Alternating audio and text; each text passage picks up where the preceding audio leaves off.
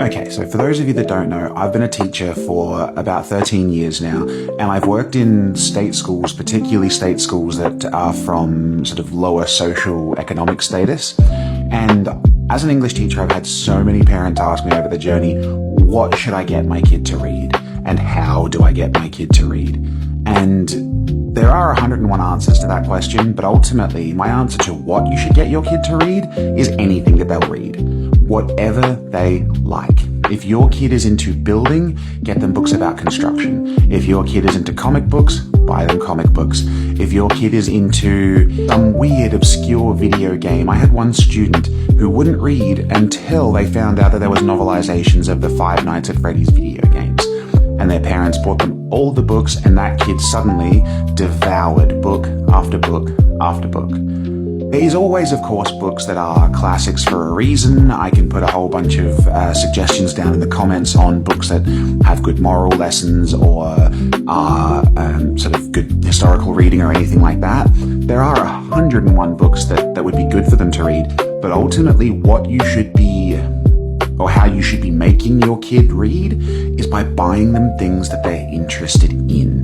Your local library is a fantastic resource if you don't have any money. Libby is an online library resource that allows you to borrow books from your local library online in ebook format or audiobook format. If your kid is dyslexic, do not look down on audiobooks. If that is how your kid can access literature or books, that is a perfectly acceptable way to do that.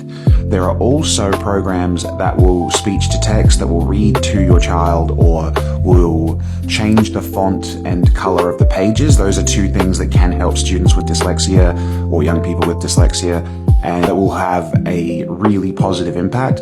But I met a principal once from a high school in Melbourne, and he was severely dyslexic, and he said the only way that he can access books is through audiobooks, and that man was smarter than me.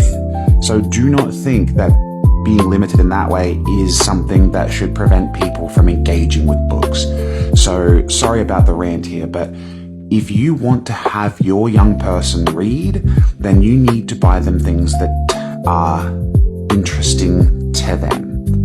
And then if you can get them through that door and make them so that reading isn't such a dirty word to them, then there'll be some books down below that I would recommend any young person read that will broaden their horizons and make them a more empathetic and understanding person. So yeah, sorry for the rant there, but this is a topic that's really important to me, so thanks for listening.